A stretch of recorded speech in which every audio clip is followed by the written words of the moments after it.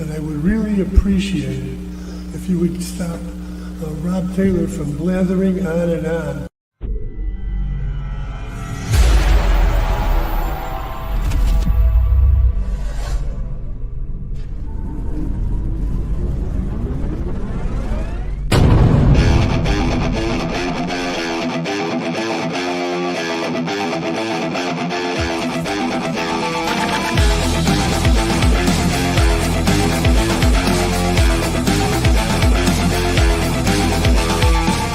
Opinions expressed by talk show hosts, callers, or guests on the Rob Taylor Report do not necessarily represent the opinions of the hosting platform, subsidiaries, sponsors, or possibly anyone else on the planet or the known universe. From the tinfoil and lead-lined broadcast bunker on the beautiful southern coast of Oregon, it's the Rob Taylor Report. So strap yourself in. Your weekly political therapy session is about to begin. Ladies and gentlemen, here he is, the nearly famous Rob Taylor. Only nearly famous. Only nearly famous in Coos County. Hey, Coos County. Hello, Oregon. Hello, America and beyond. And thank you, all of you who are tuning in right now. And to those of you who will watch the show a little bit later, that's when I catch most of the people who view this show. But I like to go live because it's a much more entertaining show, to be quite honest with you, or at least in my opinion. Maybe it's just me.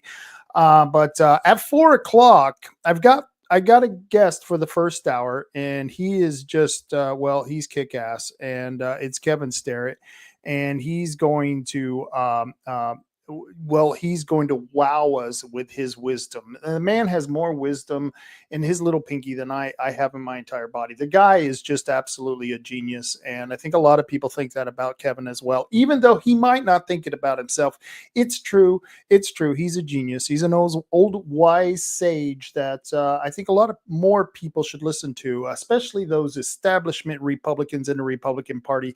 You would benefit by listening to Kevin Starrett, but that's okay. We'll talk about that later. In the second hour, right now, the Board of Commissioners in Coos County are cutting the budget. We found a way to defund the police without actually defunding the police here in Coos County. We just chose not to give them more money and a tax increase.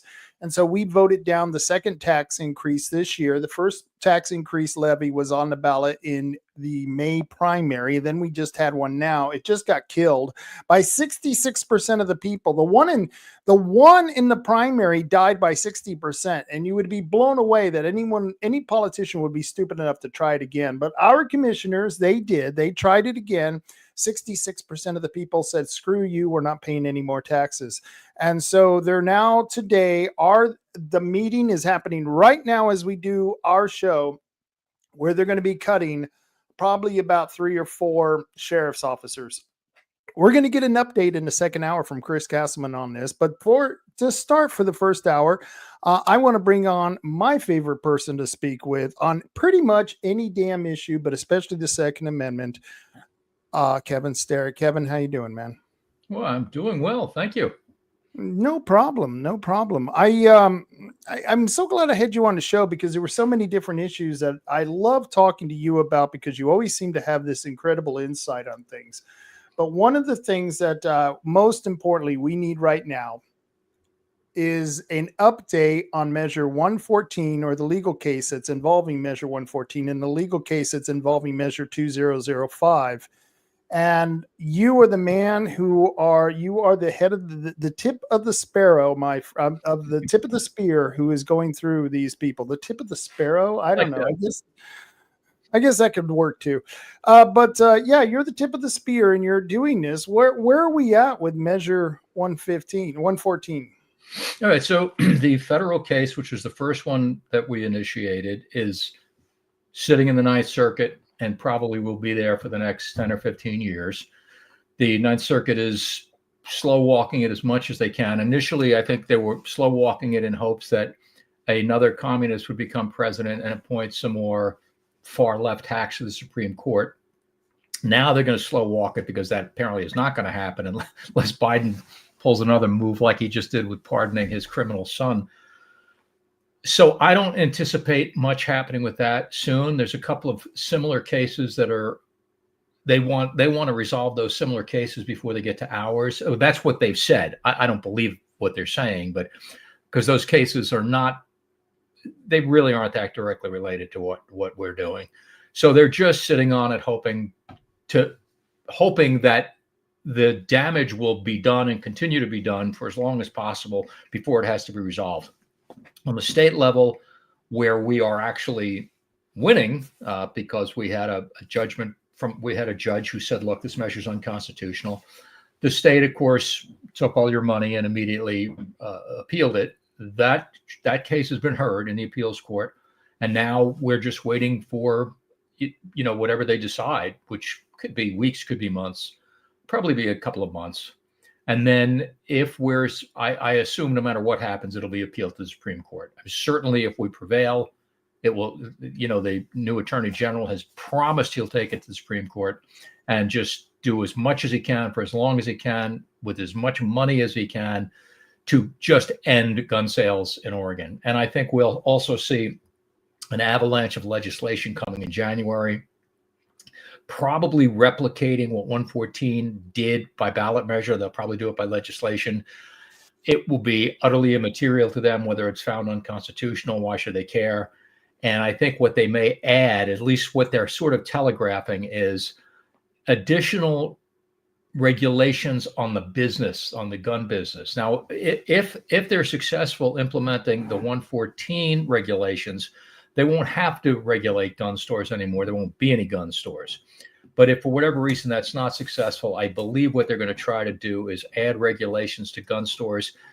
Don't know exactly what there is left to do, that what regulations don't already exist on a federal level, but given how Oregon operates, what they will probably do is create a completely unmanageable and hideously expensive bureaucracy that cannot be complied with, that will just throw up every conceivable roadblock like they do with everything else, while complaining about how unaffordable housing is, generating regulations that make creating housing impossible. Just everything they can do to bleed dry and punish the citizens who are actually their subjects, the subjects of Oregon, the slaves to the democratic machine that appears to exist almost like a psychotic child that just now has been given the power to break stuff with no consequence. And that's what they've been given with their supermajority in both houses. The House now, Kramer's loss, the week-long, I think it's like 2 or 3 weeks now after the election, and we just finally figured out who won in the Kramer district, or that district. We figured out who will get the seat. Who won's a completely different issue here. But the fact is that the existence of the supermajority now is merely a convenience, because the fact is that in the absence of a supermajority, the Democrats could do whatever they wanted anyway, because even budget issues, which theoretically the Republicans had the ability to restrict, they didn't restrict, because they are spineless cowards and they're on the take. And if you throw a couple of bucks in their district, they'll do whatever you want. It's like our politicians are strippers at a strip club. I mean, literally what you described are strippers at a strip club. It was like what Carville said when he was attacking some innocent Republican: if you drag a $5 bill through a trailer park, and that's basically what the majority of Republicans in Oregon are like. They have this philosophy of, do what you want to the girl, just don't hurt me. And right. The way you can always you see what they had to do in the past when they needed Republican votes was toss them a couple of dollars, and they would completely cave. Now they don't. Now they can save the money and spend it on something, like the $5 million they just put aside to protect abortions, while the highways are crumbling and ODFW employees are not getting paid. Right. I know. I can't believe that. You think they just called a special session for the Department of Forestry, but yeah, there's a whole lot of departments that they're having problem with. To go back to Measure 114, would you explain to people what Measure 114 does and how it's going to put gun stores out of business? Because there's a lot of people, we keep hearing it over and over. Sometimes we forget because there's so many measures and there's so many lawsuits going on. You're in the middle of two, the one for House Bill 20 05, and you're in the middle of Measure 114, aren't you? I'm in the middle of 4 actually, because we have two lawsuits against 114, one lawsuit against 2005, and one lawsuit against us. You know, the attorney we fired because because he lied to us. Frankly, the guy is a provable liar, so we fired him. So is that really still going on? That attorney hasn't smartened up. Go on probably another year. Yeah. Oh my God. And it's been kind of hilarious because, I mean, he deposed me, and some of the questions were, what are your children's cell phone numbers? What high school did you go to? Do you have children with anyone other than your wife? Because he's unhinged. I mean, it just, he asked the same question 7-8 times. He actually recently was in court with a demand. I can't remember if it's a summary judgment demand or a demand for more discovery. And he spent some incredible amount of time explaining to the judge why we were not entitled in our countersuit to lawyers' fees. And once he was finished, our attorney got up and said, Your Honor, we haven't asked for attorney's fees. We're not entitled to attorney's fees. And so the judge was like, what's this all about? We're like, this is how he operates. You know, he'll say, well, I'm referring to this document, and it'll always be the wrong date or the wrong year. And it just, so, but what he's essentially trying to do is bankrupt us by motion after motion after motion. And you know, it's crazy. But it would seem like he's an attorney, so I guess it's free to him to go to court, but it would seem like he's wasting. It seems like there would be a lot of other things that he could do with his time other than this to make money or something, to do good. Well, I think he's kind of obsessed. I think he saw this as a cash cow. And when it was obvious that he was not, someone who could be trusted, we said, we're moving on. And I said, send me a bill. He sent me a bill. I mean, we got some of the things on the bill, like one day he billed us for 20 hours. He swore that he hadn't filed for an appeal and then billed us for the time he spent filing for the appeal. But that's another issue. So those are the 4 lawsuits that are going on. Okay. But what 114 did, there's so many small details to it that it'd be impossible to get them all. But essentially what it says is you cannot buy a gun unless you've been given a permit from the sheriff. And in order to get the permit from the sheriff, you have to take a shooting class from the sheriff. The sheriffs have said, we can't do this. We cannot provide this. And as I said, there are many other elements to it, but it requires a permit that's impossible to get. And so essentially what it's done is it's turned the gun stores into the enforcement agents because, of course, the state police will not allow them to transfer a gun unless they can demonstrate that the person's gotten the permit, which they cannot get. And, there's a lot of sheriff's offices who said, look, we don't have facilities to live fire with people. We don't know what they're supposed to bring. So little of it makes sense. And then there's other issues like currently both state and federal law have a safeguard if the Oregon State Police refuse to complete a background check. And if they which they're doing constantly now. Matter of fact, they've got a couple of whole new angles on how to not do background checks. But under both state and federal law, if the background check is not completed after 3 days, legally the gun can be transferred if there hasn't been a denial. Now, dealers are not compelled to do that, but they're allowed to do it. Most won't. So they want to eliminate that safeguard because every safeguard's a loophole. Anything that allows you to exercise a right is actually a loophole. So It does that. It creates a list of all the guns you have. It's incredibly intrusive. It bans virtually all firearms ammunition magazines. So any magazine that would go into a firearm will be banned. It bans probably 3/4 of all the shotguns out there. Most people didn't know that. The shotgun things, that's an incredible surprise. I mean, most people don't even know this. Well, people still don't know it. And you look at the margin at which this thing passed. It was virtually like less than a point that it passed by. And many people who voted for it regretted voting for it when they actually found out what was in it. But, it's been interesting to go to the federal court. We go into federal court and the judge in that case, a federal judge, Ninth Circuit District Court judge, said that it's perfectly constitutional to end the gun sales. that it's perfectly constitutional to eliminate the ownership of most firearms, or the ability to leave your house with them, because you don't need. This is a woman from Brooklyn, right? Right. Her position was that you don't need more than 2.5 rounds to protect yourself in a gunfight. Now, if it's constitutional to say that we could ban a magazine that holds over 10 rounds, then it's constitutional to say that you can ban a magazine that holds over 5 rounds, or in fact, ban magazines altogether, because her position was that magazines are not, it was interesting.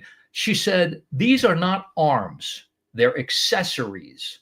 Therefore, they are not protected, while at the same time saying that they are dangerous and unusual arms, and therefore they are not protected. Now, of course, they are not accessories, they're components. And by her logic, you could say, well, a barrel is not a firearm, therefore it can be banned, or Right. a stock, or a trigger, or a sight, or anything. And so this is the conclusion she reached. And it's on its face absurd. And other courts have actually, as a matter of fact, in the state appeals case, which I don't know if you had an opportunity to watch that, but it's quite interesting, because although I wouldn't predict how that's going to go, I was struck by some of the questions that the appeals justices asked, which indicated to me that they seemed to actually be paying attention. And when the state came, the state had 11 lawyers there. You couldn't see that, but they had like 7 to 11 lawyers there. When the state said, look, magazines are not protected, they're accessories, one of the judges said, well, they're components, aren't they? And that's the first time I've heard anyone in a judicial position notice and point that out. Now, that was kind of encouraging. Where it goes is anybody's guess. I mean, we know wherever it goes, it's going to be appealed if the money is there on our side. The state has all your money. So this is the state of appeals. This hasn't actually reached the Ninth Circuit. This is the state. No, of appeals?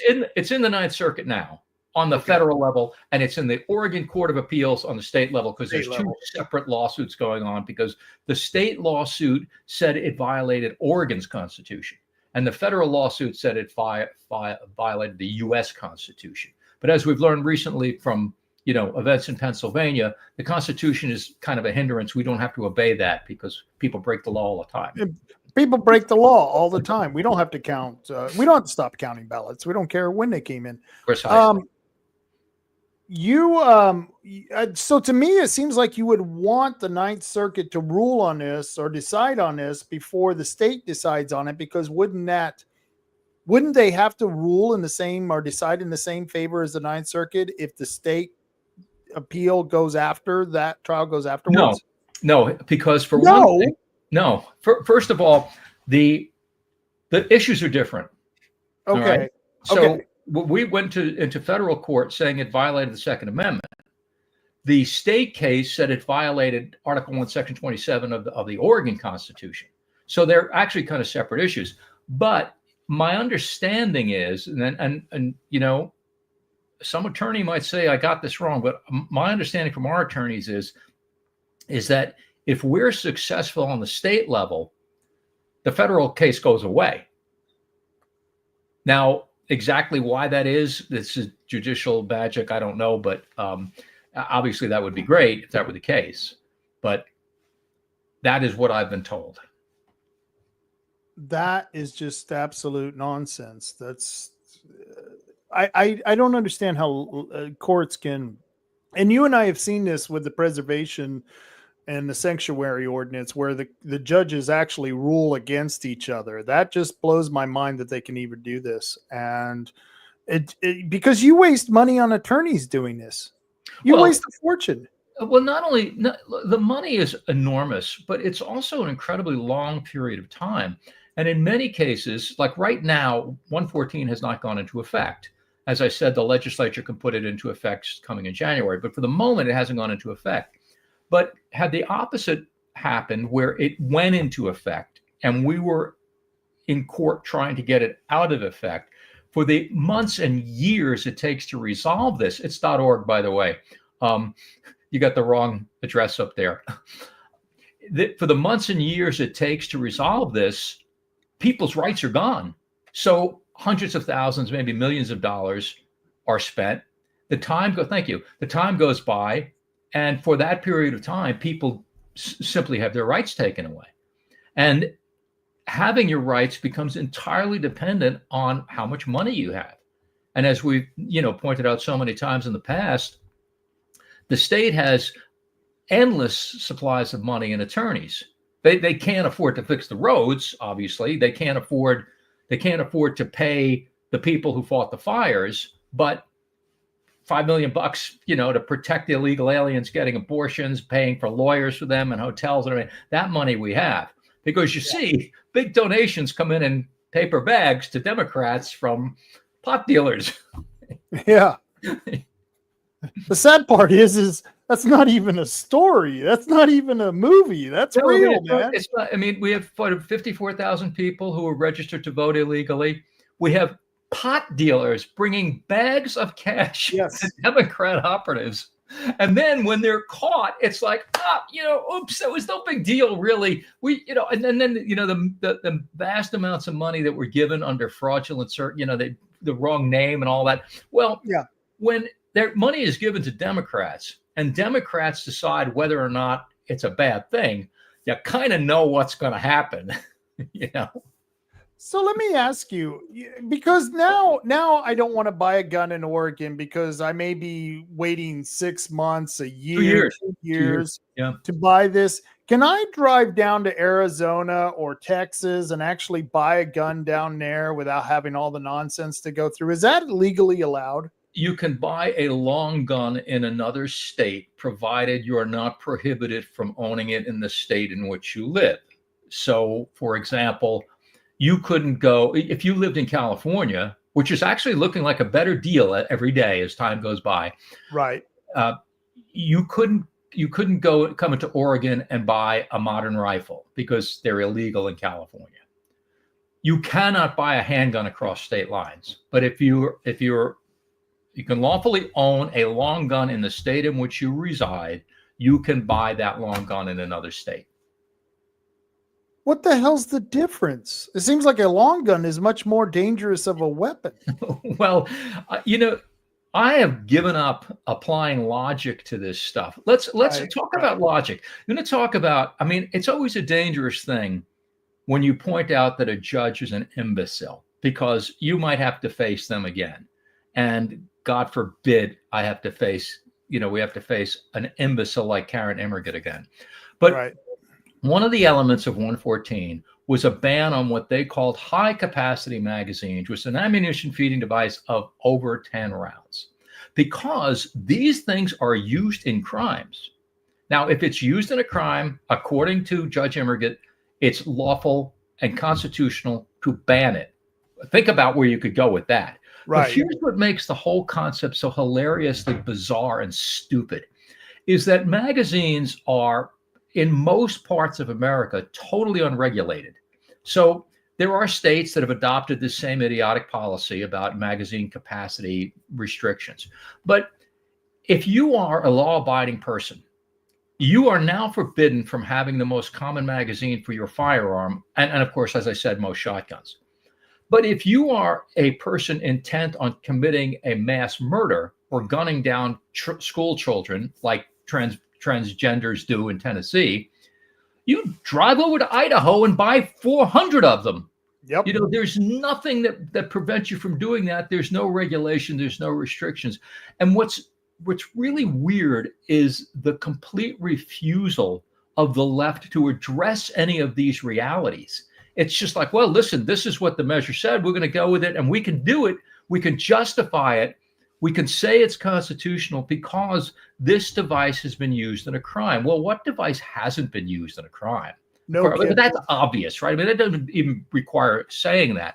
But in the case of magazines, get in your car, drive across the border into Idaho, buy 500 of them, bring them back, hand them out to all your schoolyard murdering friends, and nothing stops that. But if you're an Oregon citizen who is trying to obey the law, who might want to protect people from someone committing that crime, you're forbidden from doing it. But that's the Oregon way. We pay criminals, we reward criminals, and we reward parasites, and we punish contributors and producers. Before I even go into House Bill 2005, what, you were just talking about the things that are out there to prevent legal people from having magazines and how easy it is for criminals to get those magazines. And you're absolutely right. No one's going to stop the criminals because by definition, they break the law. And right now in Oregon, if I refresh my memory on this, I have to have every gun I own locked up except for the one that I can get to with easy access, unless it's a ghost gun, of course. And that's been illegal. But isn't that true now? I have to have all my guns locked up, right? Most people don't know that. I go to my friend's house all the time and they have guns hanging on the wall. They have guns over in the corner. They have guns stacked up on there. And I'm like, you do know you're breaking a law, and they have no clue. They have no clue that most of this stuff has happened. There's so much like that. I mean, right now, the law says that gun stores have to have this massive sign up, and they gave the specifications for what the letter size has to be and everything. It would fill the whole back room of my office about what all the laws are. Nobody does it. Nobody ever does that. There's so many things that gun dealers don't do because they don't know about it. But yeah, if you had your great granddaddy's flintlock mounted on the wall above your fireplace, that's illegal. It's just, and if you have a 17-year-old daughter who you have trained to defend herself with a firearm, and you're not home and someone breaks in and she uses a firearm to defend herself, you can go to jail. That is nuts. And people, it's like this is what I said before. When Democrats and liberals write laws, it's utterly immaterial to them what the consequences are. It's like we're going to ban most sources of electricity while requiring you to have an electric car. We're going to say you can't have a truck that's older than 1996, right? And screw you if you're an old white guy who that's what you drive. We don't care. We have an affordable housing crisis, and we're going to solve it by jacking up everybody's taxes. Remember, Oregon just elected as state treasurer a woman who has virtually bragged about being mentally ill. This woman she's unstable, okay? Yeah. And she admits it. She cannot function without being heavily drugged. She said when she was running, I was one of the chief budget writers. Now, Oregon's broke, okay? Billions in PERS obligations, which the schools are cutting back on employees and staff, while the teachers in Albany are demanding, they're not going to go to work because they want smaller class sizes, but they're just the reality that the resources simply aren't there does not matter to anybody. It's like, we're going to write a law that screws you. And when you say, I can't comply, it's like your problem. Frau Steiner Haywood, who is now the treasurer, got up on the Senate floor. Now, this woman claims to be a medical doctor, right? Who doesn't practice medicine so she could make $36,000 a year as a senator. She's one of the principal proponents of childhood genital mutilation. And she was one of the people who pushed, which people passed by ballot measure, a constitutional right to health care in Oregon. When the bill comes for that, it'll be interesting. But when questioned about who was going to pay for that, her exact words on the Senate floor were, not our problem. There's lots of money sloshing around in the system. This is Oregon's new treasurer. This is absolutely staggering. When you look at the decisions that have been made, that the budgetary decisions, they're saying, oh, look at this report. Oregon's going to have more revenue than ever. Well, if my revenue has just gone up $10 from last week, but my bills have gone up $110, this is not a successful strategy. And in her case, when she bragged when she ran for treasurer of being one of the chief budget writers. Well, if you look at Oregon's budget, that's not something you probably want to brag about. You don't want to brag about that. No. But when you look at the people who endorsed her, you get all the typical, dirtbag Republicans who are all on the take, all grifters all the time, and have to live with this. And unfortunately, while it doesn't apply to everybody, obviously, Oregon is not suffering under this because they've been invaded by a foreign army that wants to mutilate their children and steal their money. Right. People asked for this, and they keep asking for it. And as the rest of the country moved somewhat in a more sane direction, Oregon moved further into policies that have been proven to fail. But just give me more time and more money and everything will be fine. We'll be okay. Just a little bit more power. You give me a little bit more power and a little bit more money and I will fix all your ills. And what kills me is these Oregonians are so damn stupid. They keep buying it. That's the mess. That's the mess that we have going on. It's a kind of weird dynamic, because if you try to make sense of it, Oregon is collapsing, period. It's disintegrating. Taxes are going to get higher. We pay people to come here from other states to murder their children. The streets are just covered with mentally ill junkies. And the programs that created all this keep getting replicated over and over and over again. Yep. And people are like, okay with it. So what he said, the reality is that obviously this does not apply to the people know who this applies to. And it doesn't, if it doesn't apply to you, please don't take it wrong. But clearly most Oregonians are incredibly stupid. Yeah. I have to, and dealing with some of them, that's what I come up with. I talk to them, I talk to them used to more on a regular basis. I'm a little bit more in a bubble now that I don't get out as much, but you're right.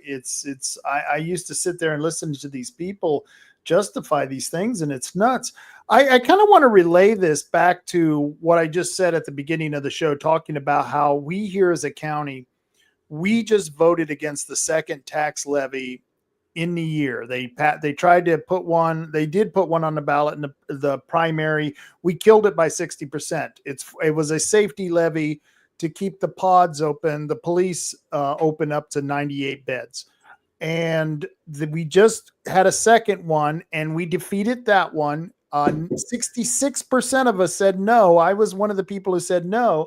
And part of the reason I voted against it, Kevin, was the fact that it's not the problem that we have with law enforcement. It's the problem we have with the justice system that's broken. They can't hire the public defenders, so people are getting released within 7 days. They don't keep anyone on cash bill, so they're getting released anyway. They've lowered the penalty for most crimes, so even if they go to jail, they don't go to jail for very long. So we're at the point to saying, well, what does it matter if Coos County has 98 beds when they only keep 71 of them full? Why not have just 48? Are we doing ourselves damage in the county for not voting for that type of law enforcement? Or am I right in saying that it doesn't matter what kind of law enforcement we have? If the justice system is broke, it's broke. Why pay for it? Where are you falling at? Well, I really have a lot of sympathy for people in Oregon who are in law enforcement. And me too. Although, having come from where I came from, where I actually grew up with and went to school with people who were really dirty cops, I have no sympathy for dirty cops at all. But I got a lot of sympathy for the people who are trying to do that job honestly. And I think they should have resources. But ultimately, having resources means nothing if you don't have any policies. So if my local law enforcement has all the money they need, but the scumbags are on the street, then it does get kind of pointless. And right. Look, we have 4 or 5 sheriffs on our lawsuit. The plaintiffs, these guys have become friends of mine. I really, really respect them. I've got family in law enforcement. It's not easy in Oregon because cops are so disrespected. And after that whole George Floyd debacle where, a guy is going to spend the rest of his life in prison because of politics, not because of anything he did wrong. Right. I think it's disgraceful. I think it's completely disgraceful. And of course, Republicans that we just reelected like Christine Drazen supported that. They were praising it. This is great. Right. This guy's going to jail, right? But it's true that it doesn't really pay to keep feeding this beast when in many cases you're not going to have a choice. I mean, like they're talking about we don't have affordable housing, but now there'll probably be a statewide property tax. It's like, that's going to help people. 29% of people in Oregon can afford to own a house. And now they say that in a couple of years, the median house price in Portland is going to be $1.5 million. Now, it kind of gets you to say, like, well, if housing's so unaffordable, how can the prices keep going up? Because somebody's got to pay for that, right? So maybe it's not unaffordable, but it is pretty miserable. And you get to spend all this money to live in a fairly crappy situation where every single day, if you read the news, it's like, okay, you're not allowed to pull people over anymore for traffic violations. And then we're going to have a Project Zero where no pedestrians get killed, and every year more and more and more pedestrians get killed, right? And you can't put these two things together, because we can't pull people over for having a traffic violation because Black and brown men are being killed by police. That are the exact words of Janelle Bynum, our new member of Congress. Black and brown men are dying, because you see what happens in Oregon is the cops stop Black and brown men, drag them out of their cars, and gun them down because a taillight is out. Which the streets are littered with the bodies of minority drivers. It's just hilarious. You talk to the single most effective way to bring down traffic fatalities is to heavily enforce traffic law. These are studies that the same people who told us to stop enforcing traffic laws came up with these studies. And it's also a great way to find dirtbags who are doing other things. But now they can't do that. Now they can't do that because it's like because this affects minorities, just like we determined that minority students weren't doing well, so we eliminated all the standards, which is really going to give them a leg up when they get out of school and can't read, write, or add, right? And now they're saying that bilingual students are suffering. So what we should do is stop teaching them English. Don't even bother. It's funny you say that. The former police chief of Bandon, and I can tell this story now because he is the former police chief and he's retired. He says, Rob, the worst thing that I would have to do in Bandon is pull over somebody in a car, walk up to the car, and my greatest fear is, oh my God, it's an Asian man. Or, oh my God, it's a Black man. He says it was like, his greatest dread was pulling over anyone who was a minority. Look, we have a Black gay House rep, Travis Nelson, right? Right. Who cannot get on the floor without telling everybody he's Black and gay. Like you wouldn't know anyway, right? Right. Well, this guy gets a lot of traffic tickets, because he's a crappy driver, all right? The guy's just a shitty driver. And so he gets pulled over a lot. And he always says it's because of racism. I have a friend who's a retired state trooper. And he told me he was once out, he had a reporter on a drive along with him. And it was going to be a story about how troopers were, pulling over Black people more than anyone else. And he said to the reporter, he says, for the entire time he was in the car with him, some hours, he goes, I want you to make a note every time I pull a car over, before he stops, I want you to tell me what race that person is. The reporter could never do it, not one time. All right. And in the case of Travis Nelson, who is Black and gay, by the way, who is a Black and gay man. Travis is a gay Black man, by the way. In case you forgot, he's Black and gay. He gets pulled over at night coming back from Salem and claims that they pulled him over because he's Black. Well, you can't even see in the car, right? Yeah. But this is the thing. No, Travis, you can't freaking drive. That's the problem. Yeah. I totally get it. I have to shift gears because I wanted to cover some other subjects, and I played this recording before the show. You're gonna love this. This is from Reagan Knopp and Breezy Iverson's husband. That's pretty sucky when I don't even know the guy's name. He's It's Brian.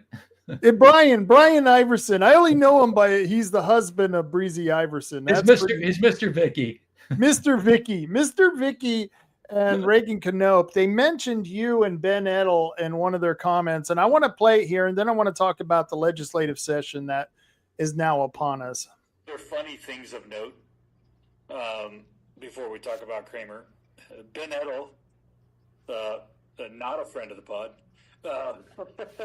he loses by 9,000 votes to, I consider to be the most unknown Democrat in the state legislature. Jules Walters. Good job, Ben. And then the other spin of that is Vicky, my wife, Reese Iverson, held her title again for the third election in a row with the most Republican votes out of any House Republican. So, screw you, Kevin Starrett, and those stuff. So it just goes to show you that, you can be.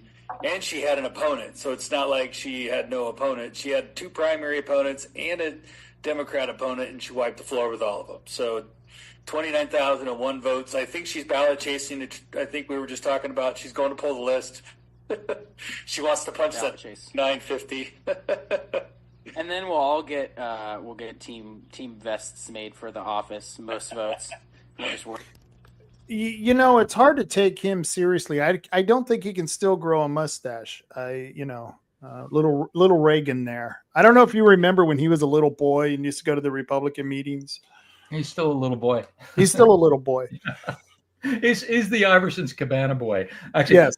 There was more to that recording, actually, and it was where they were, Iverson was complaining that we get worse abuse from our own people, meaning when I point out that Republicans are scammers and grifters, right? And that shouldn't happen, that we shouldn't be taking flack from our own people. Well, Iverson made almost $250,000. He also complains that I raise money, which, of course, as an advocacy organization, like, where's it supposed to come from unless you're David Brock Smith and you can steal it from the taxpayers, right?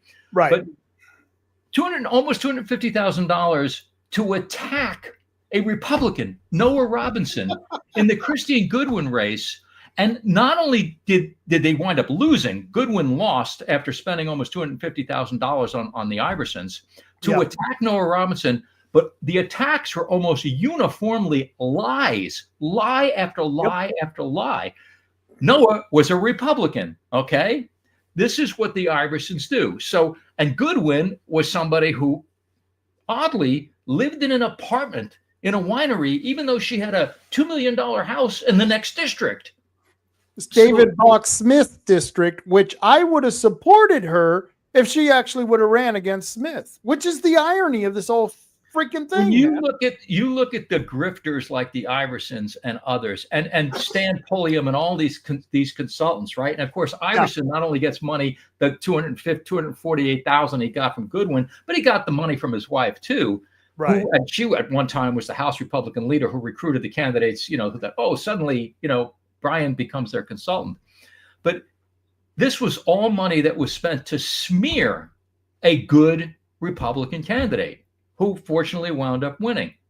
And it's just hilarious. It's like, when you listen to liberals, when you listen to Rachel Maddow or Scarborough and all that, they will always be made, the hideously stupid comments they make are always projection. It's always what they do. They're incapable of taking responsibility for any of their own actions. But look, I got to hand it to the Iversons. I got to hand it to Brock Smith. They're making a ton of money off of this stuff. Now, Oregon is dying, but look, Oregon is dying. And Christine Drazan is the House Republican leader again. This is a woman who is the most failed Republican leader ever, who engineered a deal with Tina Kotek that a 5-year-old wouldn't have done, that even if Kotek had abided by it, which of course she didn't, would have still been meaningless, right?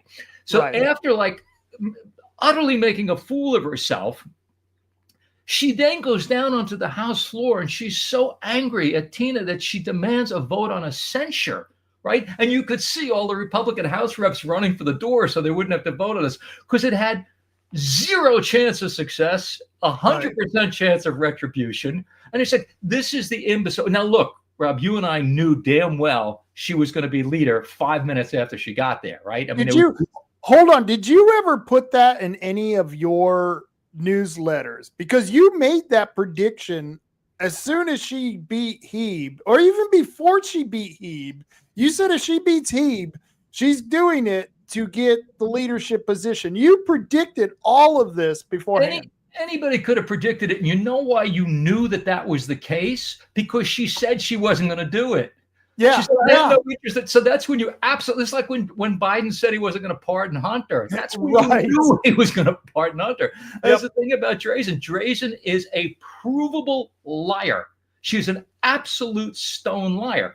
But she ran against a guy who didn't have any money and, had more lawn signs out there, had the lobby behind her. And so now I promise you, they've got a special session coming up in a few days. God knows what's going to happen there. I have a long session coming up in January. Drazen is going to be an absolute train wreck once again, because that's the intent. The intent is to fail as long as we can keep the grift going.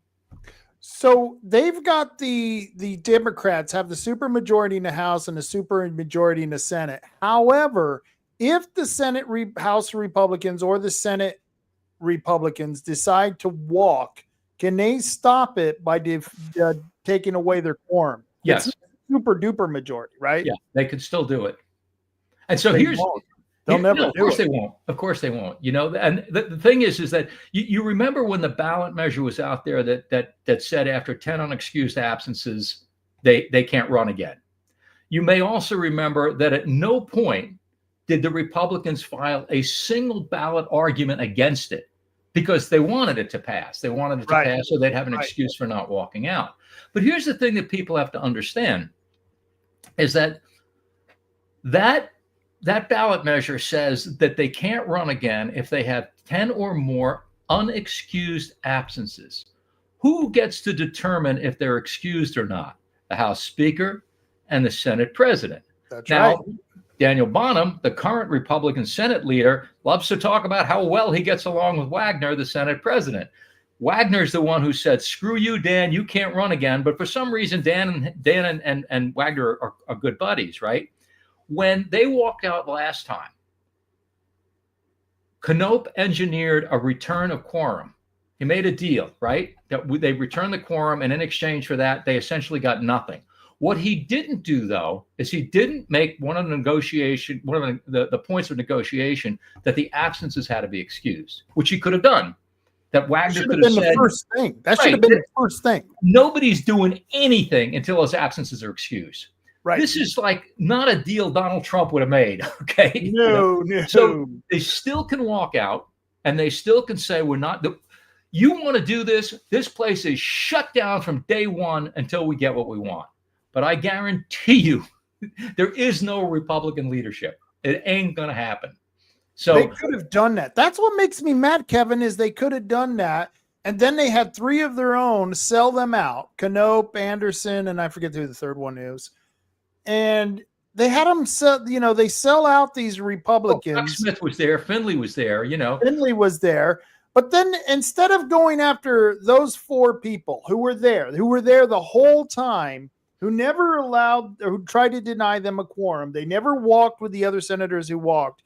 And yet they're pissed at people like you and me who keep pointing out the fact that some of these Republicans are no better than the Democrats. Well, Rob, remember, on the House side, the House didn't walk out, right? So it was the senators who got burned. But the House then under Iverson, Brian's missus, they refused to walk out. But they didn't even they weren't even facing that liability. They could have walked out without becoming victims of that measure. They couldn't have gotten 10 unexcused absences. They could have walked out, shut the whole thing down at no risk to themselves. But they didn't, because they're cowards and they're liars, and all it's about is getting back into our office. We don't have to do anything because we can't do anything. We don't want to do anything. What happens to the people of Oregon is meaningless. We don't give a damn what happens to them. What matters is we got our office, we've got the trappings, we're powerless, but we can say, hey, it's like Brock Smith. All I ever wanted in all my life was to be a senator. And I don't have to really do anything, but I do get to vote to put money into the nonprofit that pays me $25,000 to $40,000 a year, while criticizing me for getting paid, But it isn't going to happen. It's absolutely not going to happen right now. I mean, I don't know who currently. Bonham is still going to be the Senate president, the Senate Republican leader. Right. But Drazen is a proven failure, an absolute proven failure. And that is who they picked to be their new leader once again. Where do you think they're going? Because all the crazy bills are going to come up. The leftists are going to be putting up take away your gun bills, tax bills, all kinds of nonsense. When it comes to the Republicans, are they going to put up the front that we are going to stand against this and we're going to vote no on this in unison? Or do you think, and this is already happening with the special legislature, it's all going to be bipartisan, meaning that a couple of Republicans are going to have to basically kiss the ring of the Democrats and go forward with their policies that they want to put on the ballot or they want to pass into legislation? Rob, when Drazen was the House Republican leader, you may recall that we created a website with her votes. It's called therealdrazen.com. Okay. Drazen voted for all this stuff. All this talk about, we can't have this. We're going to stand up against it. If you go back and look at her actual votes, it was astonishing what this woman voted for. She voted against oil exploration. She voted to put tampons in boys' bathrooms twice and then lied about it. She voted against the cops over and over and over again. I mean, there's just so many examples of this. So no, I don't think there'll be even the pretense. Yeah, there's a couple of people who stand up and say this is terrible, knowing that it's utterly immaterial. Look, even Goodwin once said, okay, that was a horrible race. That what they did to Noah Robinson was disgraceful and inexcusable, but that's how the Iversons roll. But even Goodwin she was on a radio show I was listening to, and she was guilty of this, but she said, oh, you know what? A lot of no votes are kind of meaningless. Well, of course they're meaningless. You could vote the Republicans, they're the Maytag repairmen. They don't have to be there. Their votes do not matter. They don't matter because they insist on not mattering. So yeah, there'll be a couple of people voting no, and there'll be speeches, and there'll be a lot of fundraising emails from Bozart Davis and Iverson and Drazen and all these people and Jeff Helfrich with his Jeff sweatshirts and everything. Please send me more money so we can defeat this. And then they'll go along with it. And a couple of them vote no, and won't make any difference. Wow, this is so depressing because the whole country, except for a few states, and of course, Oregon is always with those states. We go right on the federal level, and in Oregon, we take a huge left.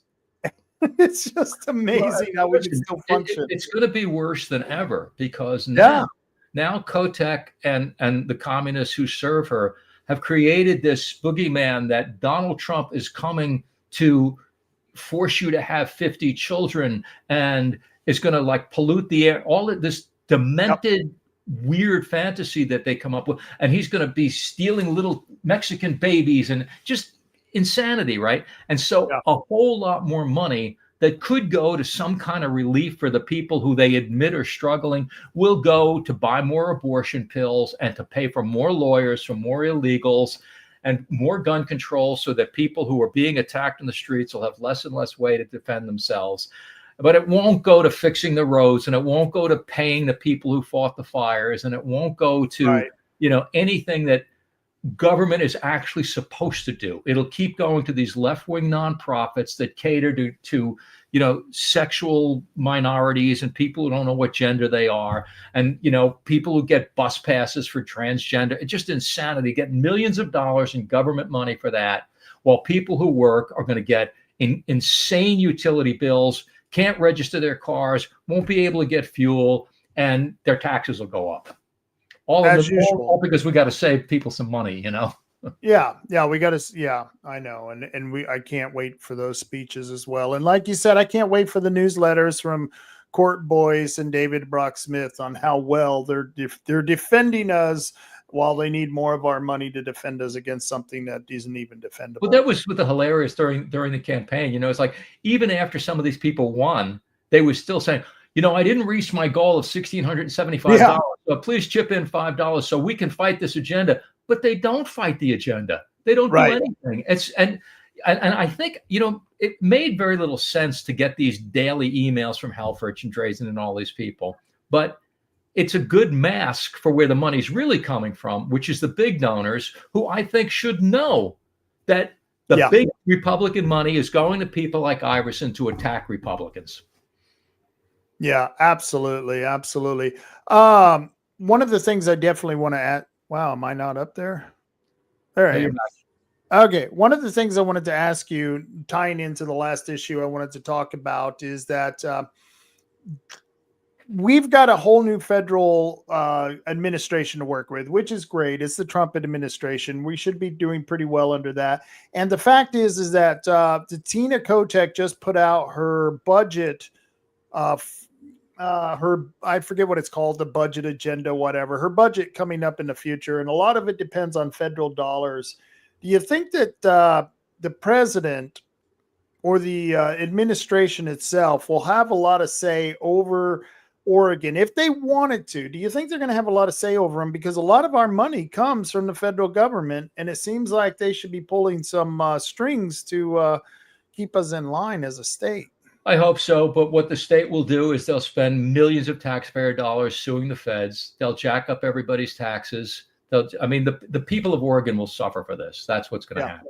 Obviously, there's some good news on the horizon. There's some nominations that we think are really fantastic. There's some nominations that I find bizarre and inexplicable. I mean, Chavez de Reamer, what was he thinking? Well, we know what he was thinking. It was a payoff to the unions. That was obvious going in. But I mean, there's been some other people that have been like big COVID lockdown supporters that I don't get.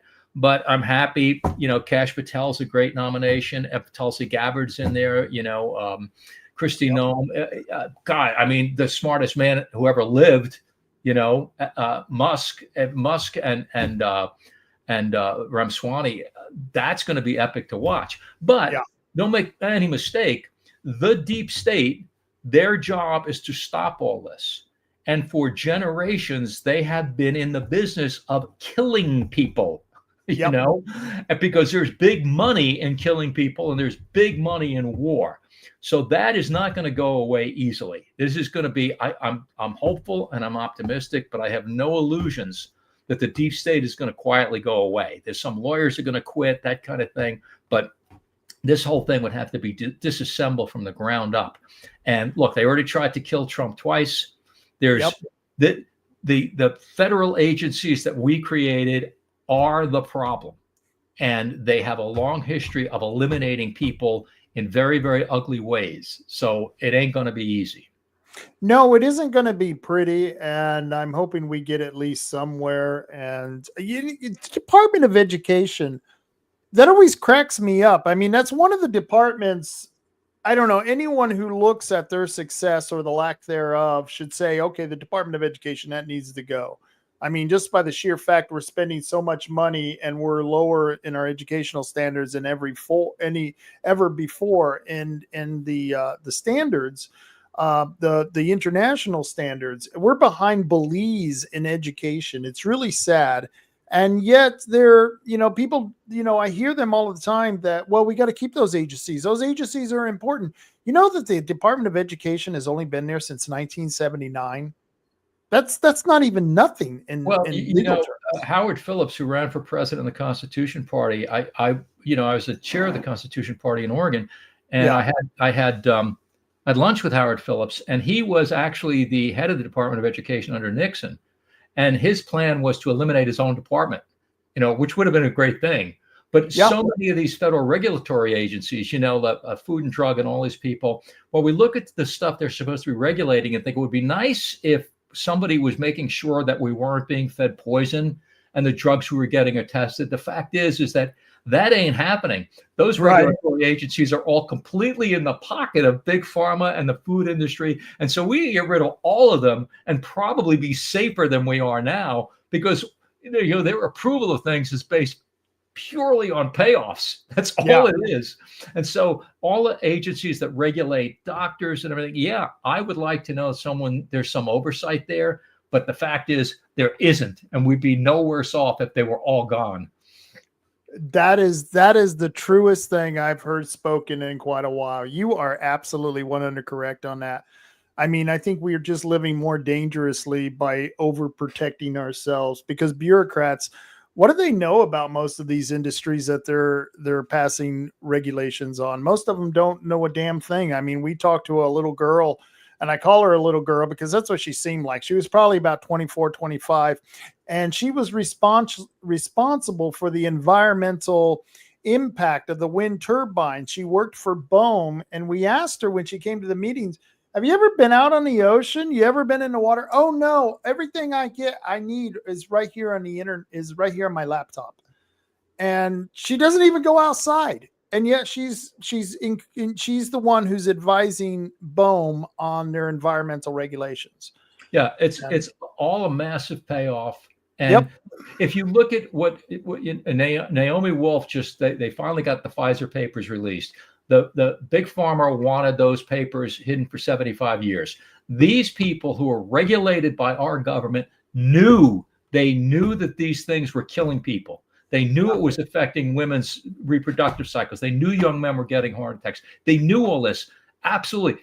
These are the people that were regulated by government agencies who are in the tank and on the payroll of those people. And it goes back and forth where our Pentagon can't account for $4 trillion. $4 trillion. Yeah. Dollars. All right. This kind of stuff, there is always going to be some loss and friction in any big bureaucracy, but I'm sorry. Imagine how much better everyone's life could be in this country.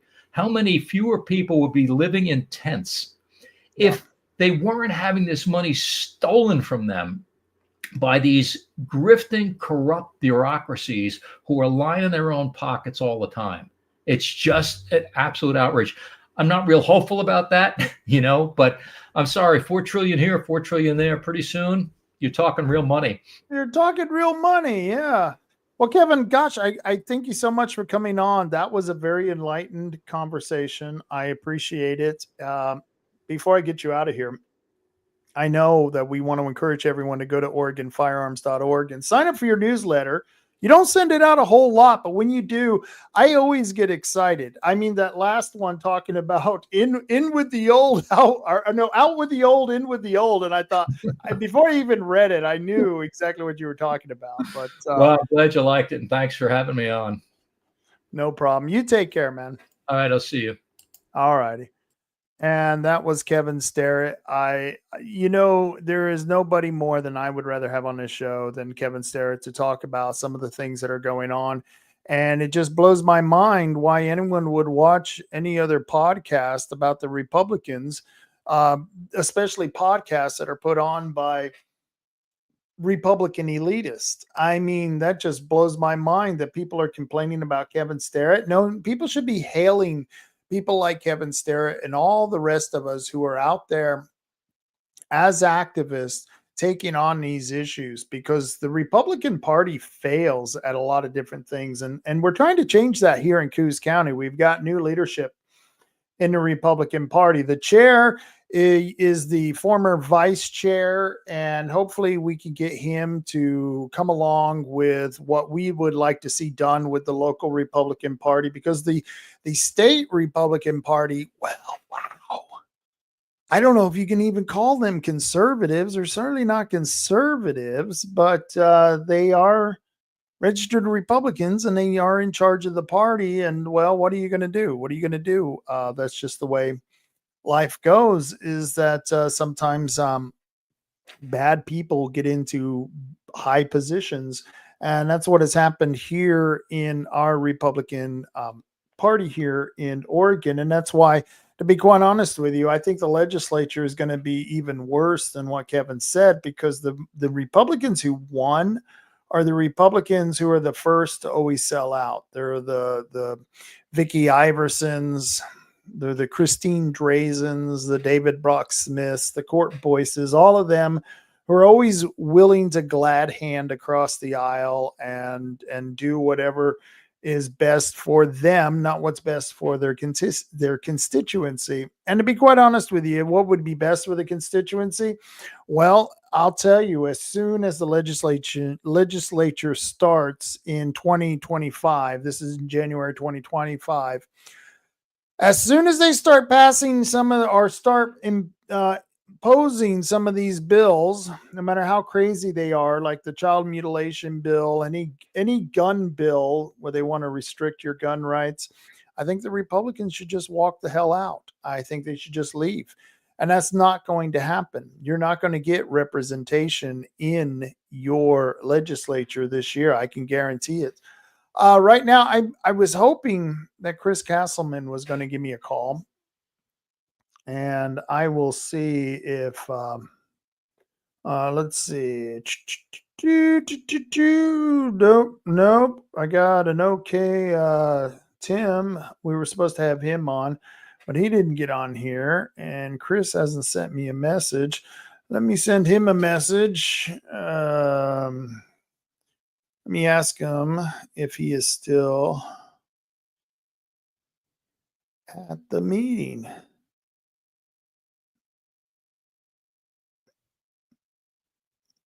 And that way we'll find out, because there was a meeting today at the Coos County Board of Commissioners, and they were deciding on whether to cut the budget and how to cut the budget. And of course, I know Bob is going to come out and want to cut several of the deputies over at the sheriff's department. It's just going to have to be that way, because it really is, they're saying nowhere else to cut. And I'm one of those who, I didn't vote for the levy, and this is why they're making this cut, because people didn't vote for the tax levy here in Coos County. And it's not that we want to defund the police. We like the police. We respect the police. But the thing is that at a certain point, you got to realize when the leftists are destroying your justice system, they're getting rid of reasons why people should be held in jail. They're getting rid of the ability for public defenders to defend people, which means they can be released immediately. That means if someone's a rapist or a murderer and they can't get a public defender within, I believe it's 7 days. 7 days, that's it. Just 7 days. They can't get a public defender.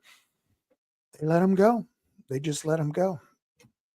And the fact that they've closed all these jails, they closed Shutter Creek, which was a damn shame. Shutter Creek, not only did it hold or was housing for criminals, but it gave a lot of employment to people here in Coos County. Well, that's all gone. That's all gone. And you'll never see that come back at the Elliott Forest. That's where Shutter Creek, that's where they had Shutter Creek and all those prisoners. And that was such a good thing, because anytime there was a fire, they would use those prisoners as people to fight those fires. One reason they would do that is because they wanted to train people how to fight those fires. And then when they got out of prison, they could go to a real vocation as a firefighter, which, what a great idea. What a great idea. I mean, a guy who used to rob houses is now saving houses from burning flames. And that would be a beautiful thing, except that it doesn't happen anymore. They closed down Shutter Creek, and that was thanks to our last governor. And because they shut it down, there's not as many places to hold these people. So they just stopped holding them. They've just decided that for a lot of crimes, we're just going to, yeah, you get charged, but we're not going to hold you.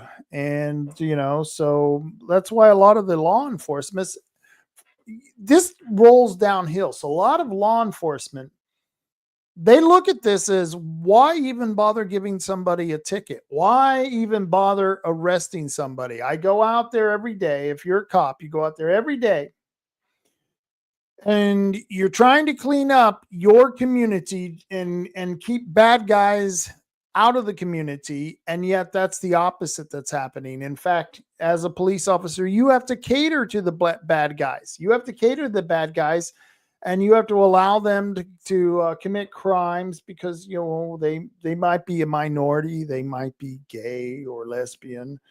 And, they might be a drug user. Maybe they're a drug user. We don't want to stop them from doing crime. No.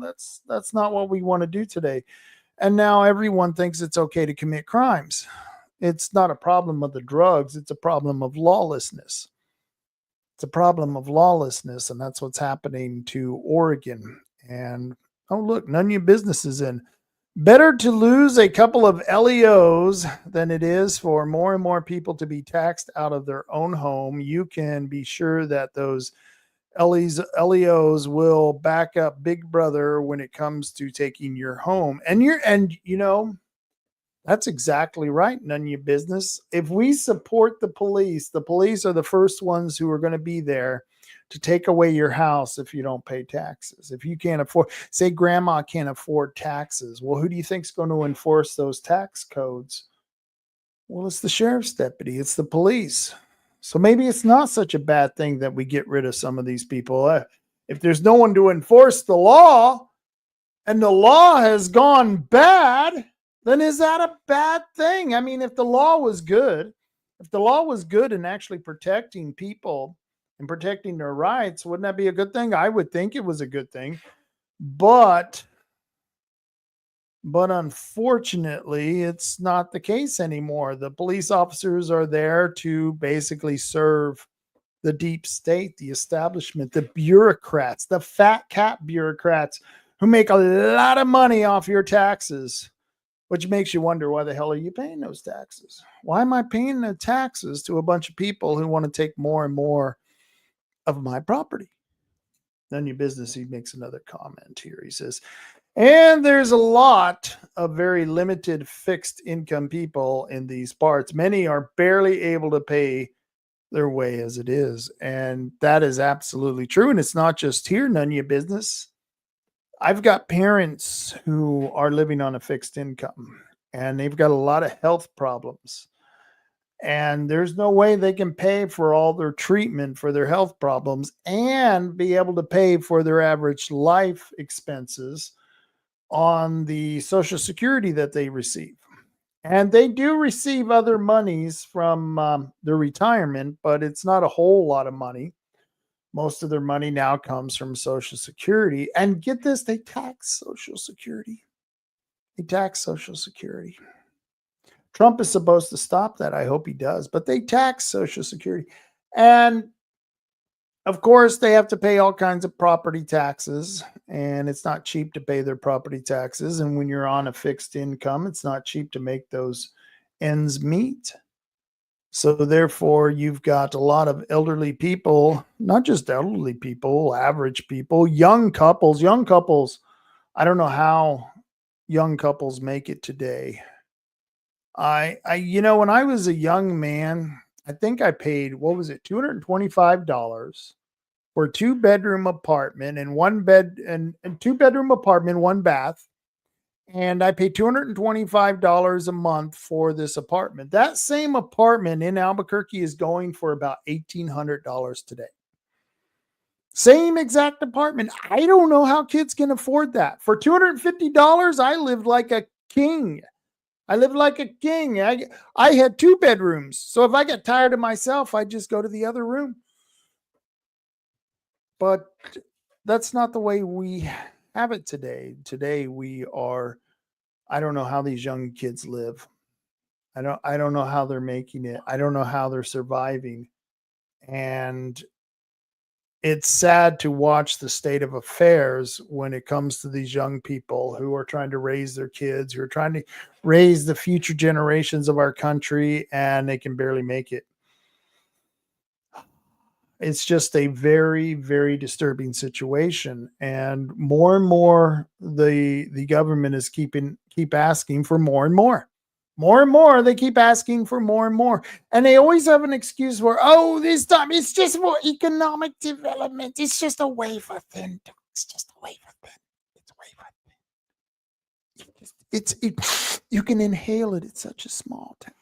That's what they tell you. Every tax is such a small tax. I love these government bureaucrats. Don't worry about it. It's a small little bitty tax. And then the next thing you know, you're paying $4,000 a year for your house tax. Yeah, it was a small tax, just a little bitty. They always come up with that. It's just a little bitty. Yeah, it's never just a little bit when you're living on a fixed income. It all counts, man. So let me go with a few other comments here. Alex Bowser says, what is the abandoned police policy on illegals? Well, we're a sanctuary state, so nobody's illegal and abandoned. You can be an illegal who came here illegally into our country, but it don't matter. Bandit don't do anything about it. Sheriff's Department, that's where they will be detained if Bandit actually has someone arrested and they can actually be granted permission to have them held, that criminal held in Coos County Detention Center, it still wouldn't matter because nobody's going to report these people to immigration. No, that's just not going to happen. Yeah, it's funny. You can be as illegal as you want. Now, if it was me or you, Alex Bowser, they would go to every limit. They would go to the extremes to find a way to put you and me in jail. Why? Because, well, we're two white guys. And white guys are guilty just for the fact they're white. Are you a heterosexual? You a Christian? Well, you're double guilty, triple guilty. Triple guilty you are. I don't know. None of your business. Remember the Tea Party taxed enough already? You know, that's when I moved to Oregon, that's when I got into politics, was the Tea Party. It was all about the Tea Party. We're taxed enough already. You got enough of our damn money. I could go to the state of Oregon and I could go to any bureaucracy in the state of Oregon. Don't matter. You pick the bureaucracy, and I can guarantee you I can cut about 80% of that bureaucracy, if not close the bureaucracy down completely. I could do it. No problem. And you know why that is? Is because as a supervisor in a private company, several different companies, I was a supervisor. That was my job, to keep expenses down. Number one was always the employment salaries. Yes, you had to make sure got to keep those employment salaries low. Then you got maintenance. You got to keep those low. Then you got for supplies. You got to keep those lower too. Yep. Anyone who's ever been in business could go into government, to any bureaucracy, especially here in Oregon, to any city, even the county. I'm willing to bet you could go into the county where they're fighting over the budget today, and you could find somewhere you would cut. I know I could, just as a person in private business. I know I've had to make those cuts, and I don't know what the problem is with these politicians. This is a new one. Spying. Being poor and struggling in life is our strength. I don't know. Being poor and struggling in life is our strength. Yeah and no. I could see that. When you're poor and you're struggling, you do whatever you can to make an opportunity for yourself. You got to do whatever you can do to survive. So yeah, being poor and struggling, yeah, that makes being able to adapt to your situation, that's the most important thing. I always talk about that. You know, the old expression, adapt or die. It doesn't say sustain or die, from the word sustainability. You know how government is always pushing sustainability. Sustainability is where it's at. No, adaptability is where it's important. And being poor and struggling in life makes you more adaptable. It's amazing how you can adapt to a different lifestyle when you have to. And government needs to adapt to that different lifestyle. I would like to see every agency in the federal government, the state government, and all local governments poor and struggling. You know, people are upset because the Coos County government is now struggling to make cuts in the budget because they don't have any more money. I think it's a good thing. I don't know why people are so upset. I wish I could get to the federal government and get them struggling to the point where we have our county struggling, where they're yelling at each other, because I just got reports from the meeting that they're actually yelling at each other because of the budget, of what they're going to cut and what they're not going to cut. And it's going to be a one hell of a meeting. I wish I was there. And it would be quite interesting. You know, maybe I should see if I can get there and actually share. Oh, that'd be interesting. If I could share the meeting. The meeting is on a Meet to Go, and I might be able to share that. Let me see if that's let's see, join in this browser. Yeah, I think I'm going to be able to do this. Let's see if I can do this.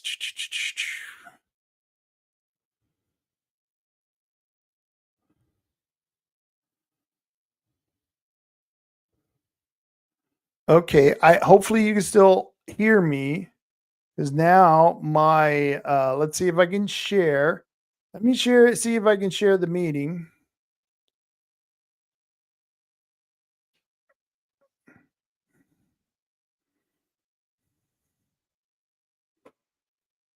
Oh, I got to put my name. No, it's not letting me do that. No active cameras. That's not true. That's not true. I got an active. Let me see if I can do this. This is going to be a trick. Okay, here I am typing in my name. I got to type in my name, who I am. And maybe they will, maybe I can. Boo, boo, boo, boo, boo, boo, boo. Okay. Okay, I don't see the meeting. Where is it? No active cameras. Maybe the meeting's over. I don't know. I don't see anything going on.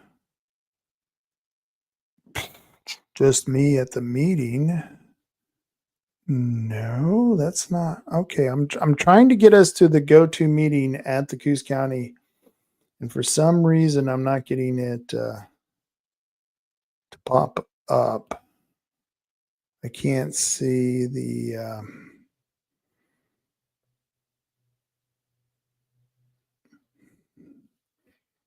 okay. I can't get it to function. I'm just gonna leave that, and I'm gonna bring myself back on here. Bloop! There I is. There I is. And of course, that's my computer. Let's get my other camera. No, of course, now it won't pick up my other camera. Well, that's odd. That's odd. Oh boy, oh boy. I don't know why it's doing that.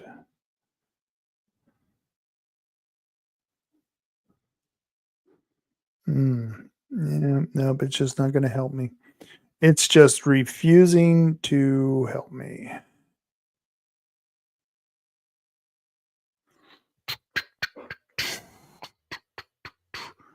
Oh, hey, look, I got the settings up for the camera. Well, that's nice. Okay. So it's just not going to work. I don't know what the hell's happening here. I don't know what's going on. So I was trying to get us into the meeting at the commissioners, and it's just not working, which happens. So I'm going to put up another comment by None Your Business. The USA used to be the land of opportunity. Now it's the land of poor and struggling. I can't argue with you there, man. I can't argue with you there. Well, before I get out of here, I was hoping that Chris Castleman was going to be able to talk to me. Let's see if I got a message from him. Bloop, bloop, bloop, bloop, bloop, bloop. Nope, didn't get a message from him. And signal. Oh. Yeah, they're almost done. That was 10 minutes ago. All right.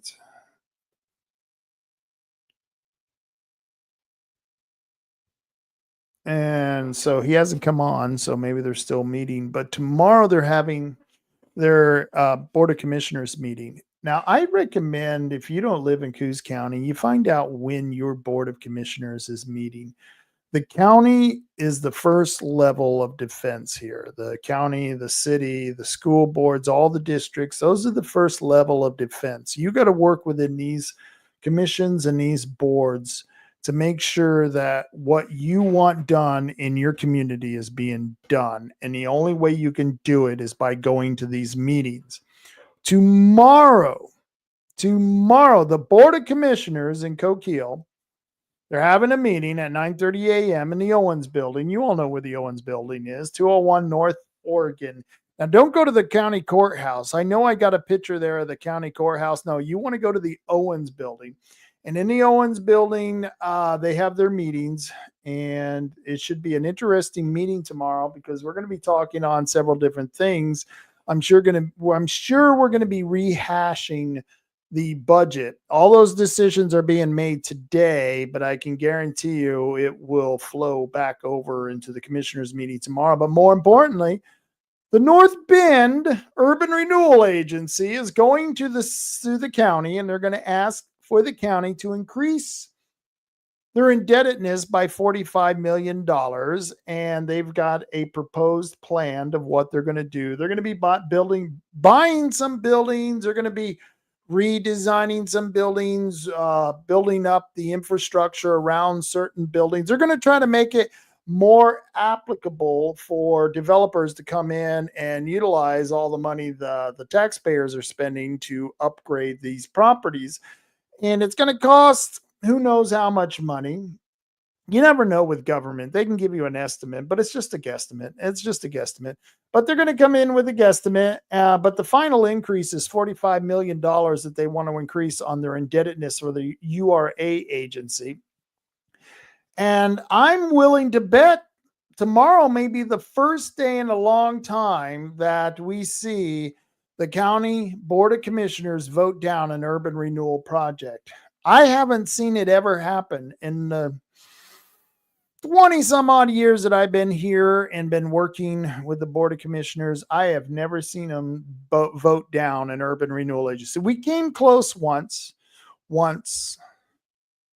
but now we are, I think, are coming even closer, because I think there are two county commissioners, Bob Main and Rod Taylor, who, after going through today's meetings where they had to cut the budget, where they had to fire some deputies, they're probably tired of money being sucked out of the general funds. And that's what this urban renewal agency is going to do. So tomorrow would be a really cool meeting. Tomorrow, hopefully, history is going to be made at the Board of Commissioners meeting at 9:30 a.m. tomorrow, Tuesday, December 3rd, in Coquille, Oregon. And that's going to be huge. That's going to be huge, folks, because we can never get rid of these urban renewal agencies. They never seem to go away. It's just continues and continues and continues. It's a sad fact of life.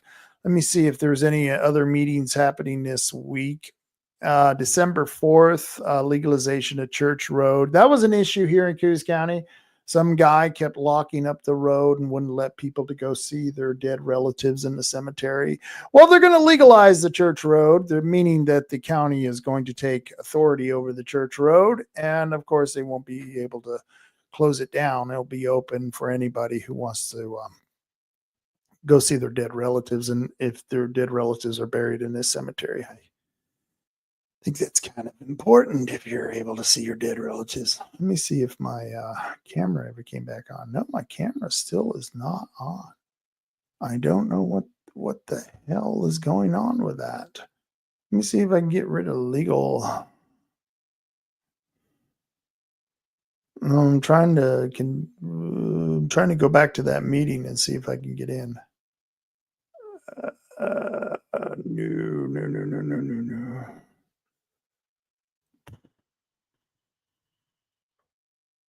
Nope. Preview.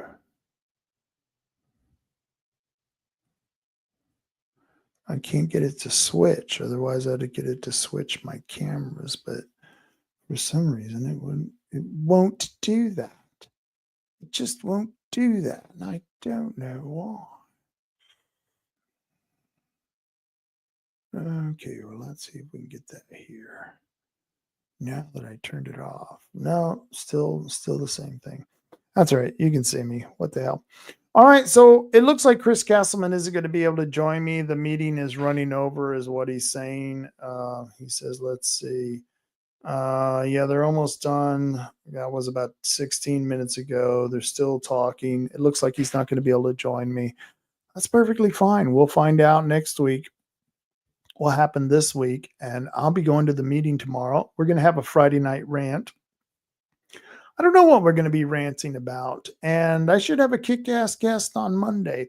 Yep, Monday I should have a really kick-ass guest. But before I get out of here, I want to tell you about some of the things that are going on in our community. The Economic Outlook Forum. Now, I'm not promoting this event. I'm just telling you, if you're one of those people who wants to go to an event where the who's who of Coos County is going to be rubbing elbows, they're all going to be interested in this. The Economic Outlook Forum here in Coos County. This is happening at the Mill Casino on the 13th. I won't be going because I'm not going to give these people my money, but I'd like to advertise it because there are people who might want to go to this and find out what our economic outlook is. And I can tell you right now, their record isn't really that good. For the 15 or so years I've been monitoring the Economic Outlook Forum. They've been doing this, well, for 32 years annually. And for 15 that I've been monitoring them, I can tell you the after session or after meeting report, I can tell you that they're never that accurate. They're really, they're best educated guess is what it is. Let's see. You've heard about the Oregon wind turbines that are going in, about these two areas. Yeah. We got to get rid of these wind turbines. Hopefully the president is going to kill these deals. I mean, we don't have a lease yet here in Southern Oregon. Hopefully we don't get any leases because from what I understand, it's easier to kill the deal once before there's a lease than when there's after. Once they got the lease, it's almost hard to kill these deals. But this is a deal that could be killed by the president after the 20th. And I'm a member of Oregonians Against Wind Turbines. You can find us on Facebook, Oregonians Against Wind Turbines, or OAWT. We actually got a website. There it is, the website, oawt.org. You can find out what we're doing because, we just won a huge vote here in Curry County and Coos County. We just won 60% of the vote in Coos County of the people who are opposed to wind turbines. And we won 80. Get this, count them, my friends. 80% of the, now that's a freaking mandate. That's a mandate. When you get 80% of the voters to agree on anything, that's a freaking mandate. But 80% of the voters in Curry County said, screw you, Bohm. We don't want no wind time. We don't need no wind turbines. We don't need them.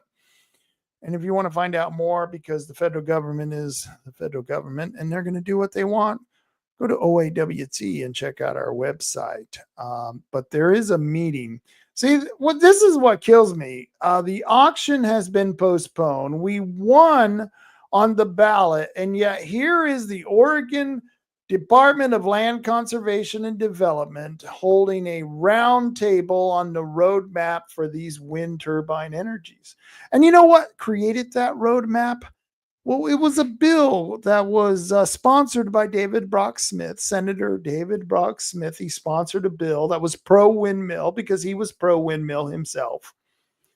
And it even set a goal that by 2030, we should have 3 gigawatts of wind energy coming off the coast of Oregon. Yeah, that's what you're saying. Senator David Brock Smith did. And I believe every Republican in the House voted for that bill. So the Republicans are not your friends, not always your friends. No, not at all. And that's why they should be questioned. But that bill set up a roadmap, and that roadmap is being followed by the Department of Land Conservation and Development. And they will be hosting their 3rd meeting of the Offshore Wind Energy Roadmap Roundtable in North Bend, Oregon on December 19, 2024. This meeting will be open to the public with opportunity for comment. Details for the meetings are below, and those details are Offshore Wind Energy Roadmap Roundtable meeting number 3, Thursday, December 19th from 9 a.m. to 5 p.m. Did you hear me? Thursday, December 19th from 9 a.m. to 5 p.m., the Mill Casino Hotel. They're going to be having this meeting. They're at 3201 Tremont, if you don't know where the Mill Casino is. But if you live in Coos County and you don't know where the Mill Casino is, you're already lost. Don't even bother. But for those of you who do know where the Mill Casino is, you might want to get out there Thursday, November 19th from 9 a.m. to 5 p.m. It's going to be an all-day event. I don't know if they're hosting lunch. I don't know. Doesn't say anything on here, but that's a long time to be hosting a meeting about the wind turbines, but I'm going to be there. I'll be there. I don't want to be there at the mill at 9 a.m. on the 19th. I really don't. I really, really, really don't want to be there, but I have to. And so I'm inviting all of you to come out and you can keep me company. Yeah, you can keep me company and tell me what's going on with these damn wind turbines. What's going on here, man? What's going on? I need to know. And we thought we had them defeated. Hopefully the Trump administration will defeat them. But if not, BOEM is sure to, move forward with this project. And the Department of Land Conservation and Development, under the authority of House Bill 3375, a bill written, sponsored by David Brock Smith, will be promoting this wind turbine project. So that's some of the things that are happening. And I want to thank you all for showing up. Before I get out of here, though, I got to talk about a few things. There's a few things we got to talk about. This is usually the unpleasant part, but it's not unpleasant because I get to tell you about some really cool people. Have you heard about 3H Tree Service? If you haven't heard about 3H Tree Service, I got to tell you about 3H Tree Service. These are guys. I know these guys. The Holman brothers, the Holman family, Dennis Holman, Perry Holman, Matt Holman, and all of his employees, they kick ass when it comes to taking trees out of your yard. You got a tree that's a problem. Maybe you got a tree as a liability. Maybe that tree can catch fire at any minute. Maybe it's infested with disease or bugs or pests. Who knows? You got a problem tree? I got a problem solver for you. 3H Tree Service. Call 3H Tree Service. They can get rid of those trees with surgical precision. And you can reach them at 541-294-1800. I wonder who won Where's 3H Tree Service today. They were having the game today. Matt never called me. I don't know what happened, but that's okay. That's okay. Hopefully someone won out there. 3H Tree Service, 541-294-1800. You can find their number out there, their license. They got a license. You're damn right they're licensed. Matt Holman is an arborist. He's badass. You don't believe me? Go check out their videos on 3H Tree Service Facebook page. And that's all you have to type in is 3H Tree Service on Facebook. It'll take you straight to their Facebook page, and you can see all the videos of them taking out these problem trees. They're really good. I highly recommend them because they're badass and they're veteran known. Yeah, they're Dennis, Matt, they're veterans. Serve this country.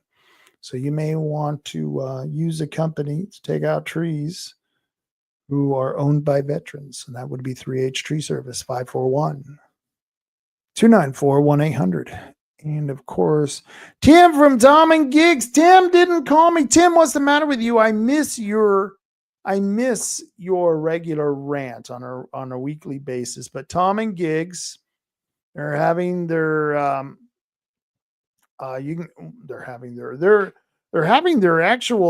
a contest right now. Gosh, I forget what the prize is, but they're having a Christmas contest, and you can sign up at Tom and Gigs at 135 South Shoneman Street in Coos Bay, Oregon. That's the Empire neighborhood, 135 South Shoneman Street, right behind the car wash. You know where the car wash is in Empire neighborhood? Well, right behind that, you can find Tom and Gigs. And you'll probably find a lot of pickup trucks who are waiting to get their light bars to put on, or the Tiano covers, or side rails, new mufflers. It would be amazing. They do everything over at Tom and Gigs. So go, if you have an automotive need, they can take care of that need over at Tom and Gigs. Tim over at Tom and Gigs, 541-888-4660. Once again, that's 541-888-4660. And you can find them in the Empire neighborhood, Tom and Gigs. I got a couple of t-shirts from them. They got the best t-shirts because that's a really cool logo they got there. I highly recommend Tom and Gigs. And Herbal Choices. Herbal Choices, my choice for all my herbal needs. If you got herbal needs, Herbal Choices is the place to go. The best dispensary in the entire county and outside the county, because they got a store in Reedsport, right there on Highway 101, right in Reedsport. They've got one in North Bend, Coos Bay, and south of Bandon on Highway 101. You can find an Herbal Choices. You can also find an Herbal Choices in Charleston. For all those herbal needs, they've got some choices, Herbal Choices, for all your cannabis needs. And of course, we just had him on the show, Kevin Starrett from Oregon Firearms Federation, and you can find out more at OregonFirearms.org. OregonFirearms.org. I recommend you sign up for their newsletter. That way you'll stay up to date with what's happening, and they can tell you more and more about what's going on with your Second Amendment rights. But I highly recommend you check it out at Oregon Firearms Federation. They are the group, the only no compromise gun group in Oregon. And, you know, what can I say? Oregon sucks when it comes to your Second Amendment rights. So thank goodness we have people like Oregon Firearms Federation who's fighting for those Second Amendment rights. I highly recommend you check it out, OregonFirearms.org. Now, they're not my sponsors, but I recommend them all the time. Bandon Gun Club, if you live here in Bandon, Oregon, go to bandongunclub.org if you need to go and hone in your pistol skills, or you got some shotguns and you want to take those shotguns and try out a 5-stand trap shoot. Oh, it's badass. A 5-stand trap shoot. You think you're badass with a shotgun? I want to see it. I want to see how badass you are. Well, you can prove how badass you are at Bandon Gun Club. Find out more when they're open, what's going on at bandongunclub.org. They don't have a rifle range at Bandon Gun Club, but they do have a rifle range at Tioga Sports Park. And Tioga Sports Park is the premier sports shooting and firearms training park. Well, it says it right there in the logo. It says a premier sports shooting and firearms training park. Would I lie to you? No, I wouldn't lie to you. Try TiogaSportsPark.org. You can find out more because they are there based on volunteers. And if they don't have enough volunteers, they usually call it a day. So check out when they're going to be at Tioga Sports Park, and you can sight in your telescope. You can practice with your handgun, whatever floats your boat.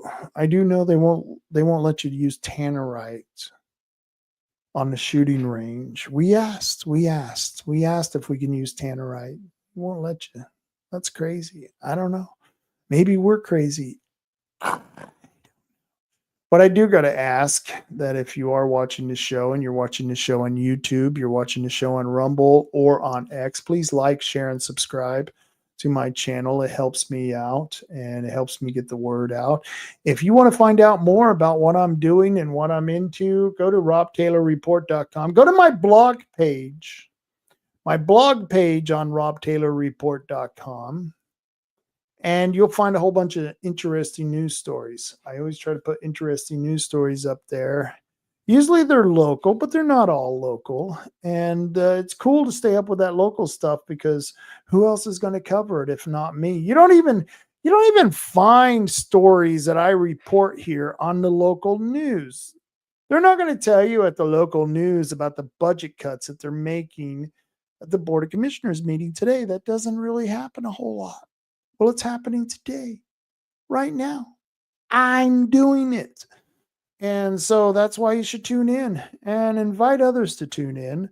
Sign up for my newsletter. You can go to Rob Taylor Report and sign up for my newsletter. I only send it out once a week to remind people that I'm going to be on the show today. So I want to thank all of you for joining me. That was an incredibly interesting interview. I just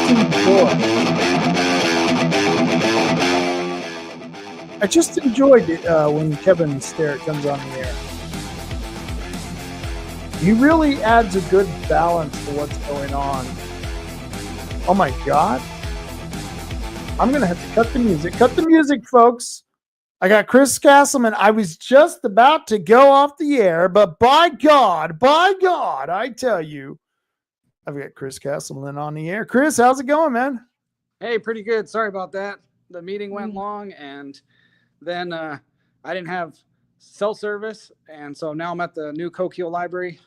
ironically, I don't have cell service because I lost all my data for the month. I used it all up watching your podcast the other day, not realizing I wasn't on Wi-Fi. So, Oh, I'm sorry. I apologize. If I could give you that data back, I would.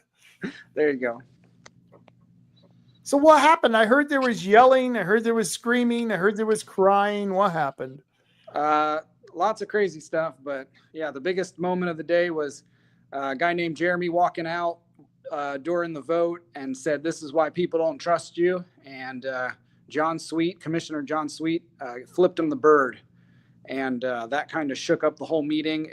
It stalled the vote for a little bit, and a couple people, even Commissioner Rod Taylor's wife, came up and spoke, and people were passionate. I got back up and spoke again, and we were very, very close to preventing this gutting of law enforcement. But unfortunately, Commissioner Bob Main and Commissioner John Sweet voted to, I don't know the exact details on the vote because they didn't even explain it in a way that normal people can understand, but I believe they just cut the jail in half, and they were going to be laying off other deputies from patrol, and they cut a bunch of other county positions. And they did it all during protests from the people not to, but they did it anyway. So Rod Taylor didn't make the vote. He voted no on it. He voted no on it. I do wish, I appreciate a lot of the stuff he did today. He stood up for the initiative that I had proposed, and he stood in opposition to cuts in law enforcement. However, the only thing I would have asked for him is if he could have motioned before John and Bob's motion. If he could have motioned, and it probably would have lost, but you never know. If he could have motioned to institute this donation, this fundraising initiative that I had put together, and try it for a couple months, I think maybe it would have passed. You never know. But I don't know, man. We're going to be in a world of hurt in Coos County here. We're fucked. Yeah, that is the word that I've heard on the street, is that we're going to get screwed here. What's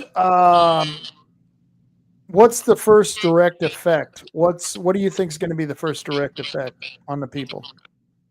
I mean, we're going to go back to where we were last year, where it was book and release left and right at the jail. I mean, this is back when you'd have somebody who gets booked for theft, and then they're released a couple hours later because the jail doesn't have space, and then they go down to the mini mart and they steal someone's truck and drive it back home to Coos Bay. I mean, that's a real story. That is a real story. I don't know if you remember back in December, there was that guy, Michael Worth.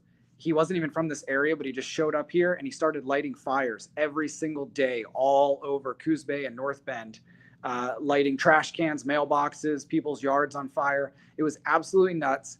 And they did not have room for him at the jail. And he was booked and released every single day. I believe the total was 17 times in 2 weeks. And finally, the sheriff got space for him, but he got space for him by kicking out a sex offender. So, I mean, what the fuck is that? And that's where we're at because of decades of poor management up in Coos County, up at the Board of Commissioners desk.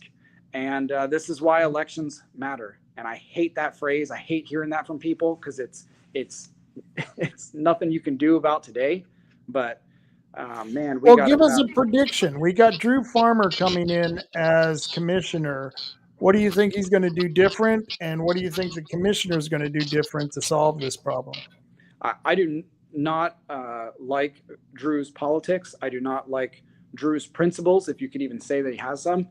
But I will give him this. He answers the phone when people call, and he's much more articulate. And when he's up there, you can actually have a conversation with him, both in public and in private. And I just don't like his politics. I don't like the decisions he makes. The decisions he's been a part of in Coos Bay. I don't appreciate them. But I mean, part of the process getting this donation initiative out there and talked about, he was available talk about it, and he was very honest with me about it. And I didn't get that from Bob Main. No one did. I would hear that all the time. You don't get that from Bob Main. And especially once he has a personal vendetta against you, it's something where he is totally turned off, and he will not answer the phone, and he will attack you every time you try and talk. So I'm sorry, this is only available when we're having programs. okay, Yeah, sorry. Oh, you're being kicked out, man. Yep. It's a programming room. It's a programming room, not for radio shows. Sorry. That's okay. Oh, this is hilarious. Yeah. But I This could is probably almost get good. Wi-Fi A outside. couple of weeks ago, we had a guy call in, and I put him on the show, and he made a threat, and he actually got arrested, and he was let out like a week later. What? For real? Oh yeah, on the show, it really wasn't a threat. I asked the question: if a woman has a right to kill her baby, do we have a right to kill women? And he texted that to his mother, and she took it as a threat.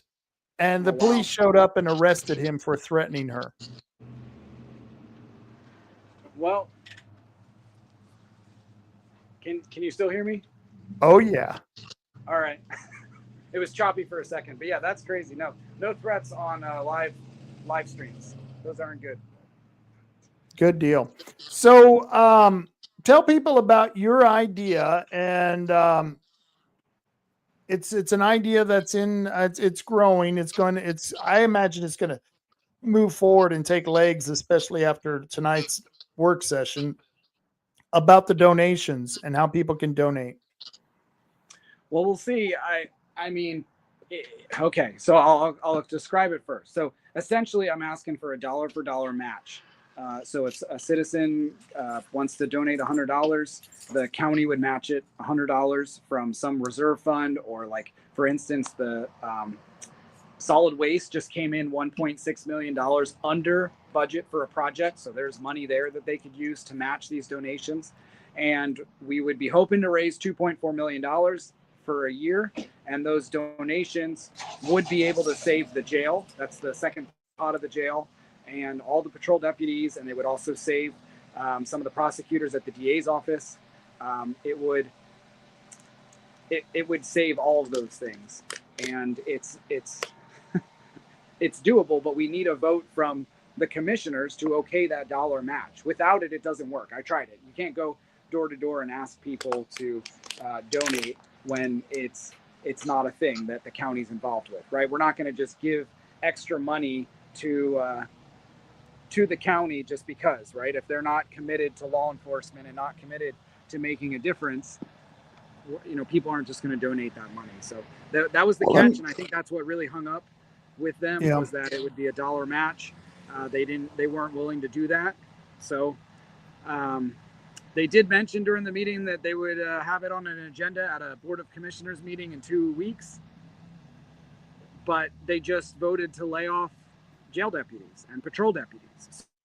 I warned them that I don't really think that's a non-starter. I don't really understand what they want me to do with that. I mean, you want us to come back in 2 weeks and then go ask. I mean, the sheriff's going home tonight or back to the office and telling people the results of that vote, and it has disastrous immediate consequences that I don't think donations could save. If somebody wants to prove me wrong and keep some wheels under this initiative, I'm all for it, but I don't really see a path forward unless, I don't know, some miracle happens over the next 2 weeks and they come back in that Board of Commissioners meeting and say, you know what, we made a mistake and we're going to rescind what we did and we're going to try this donation initiative. But I don't see that happening. What do you think? So give me a breakdown. Was it one pod? Did they close it down to one pod? And how many deputies lost their job? So they're, and they always do this. They never just do it in like one easy to understand motion.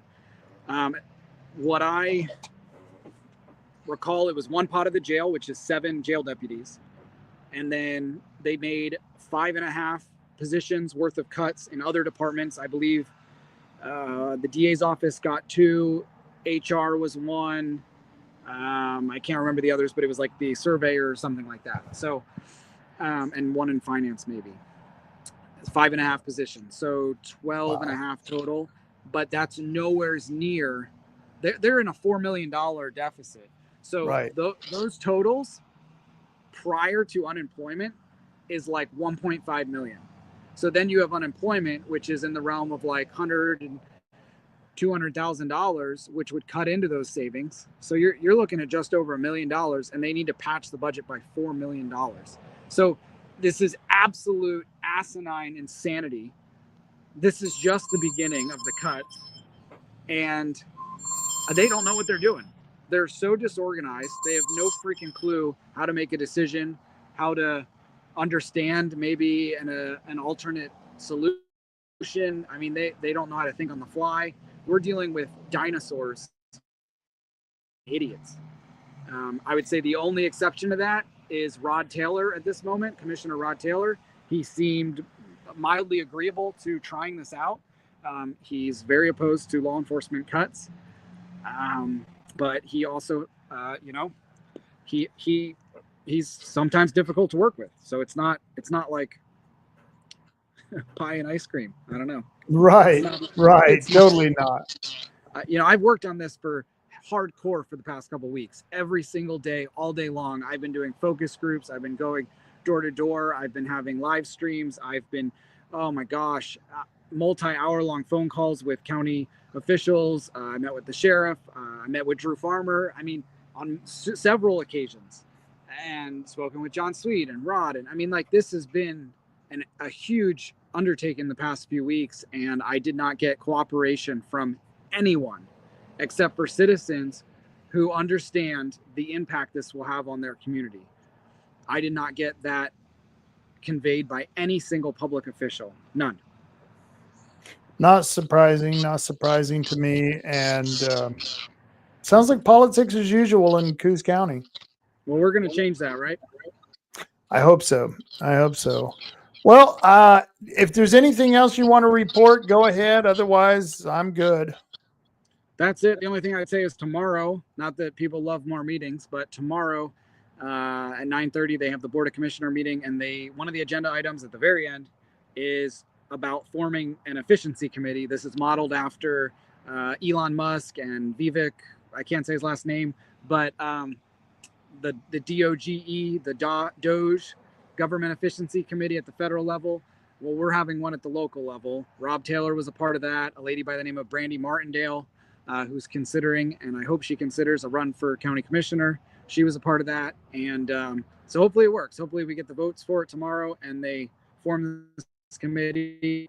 What an incredible asset that would be to both the county and the citizens to be able to look through some budgets, look through some practices, and see if there's anything we can make more efficient. I mean, what's the worst that could happen? I mean, I look at the best. I think we could find a lot. So. Yeah, I think so too. Tomorrow, they're also going to be deciding on an urban renewal increase in debt for North Bend. I don't know if you've heard of this. I've heard a little bit about it. Yeah, pretty crazy. Okay, we've got to convince them not to vote for this. Otherwise, it's going to be $50,000 a year more out of the general fund, and they already lose $450,000. So that'd be $500,000. Yeah, I don't even know what to think anymore because, yeah, you had Bob Main, Commissioner Bob Main up there today talking about how urban renewal is killing all the other taxing districts in the county, and it's a bullshit thing to have. But he's been commissioner for 16 years and is waiting till the last month of his 16th year to say something about it. And he wants, somebody else to do something about it? I mean, it's absolutely insane. So these people say one thing and do another, and it's bullshit, and they need to get the fuck out of our government. So, I agree with you. Let's vote it down. Let's speak up about it. But I mean, what do you and I want to go to these meetings forever? This is crazy. But we're going to have to. I'm not. Stuff is going to have to start changing around here, and I don't know if meetings is the right route anymore. I mean, this is crazy. Oh, it's absolutely crazy, and hopefully they vote against it tomorrow. And I'm supposedly He's supposed to make a motion to get rid of the county urban renewal agency. We'll see. Well, that would be cool. It wouldn't save much. I think it's somewhere in the realm of like 50,000 a year. It would save the county, or it would put it back in our fund. But it's a very complicated equation, and it's crazy. Something better would be if we could get on the ballot from a vote of the commissioners or through a citizen initiative to remove some of these or reduce some of these taxing districts, like the airport district.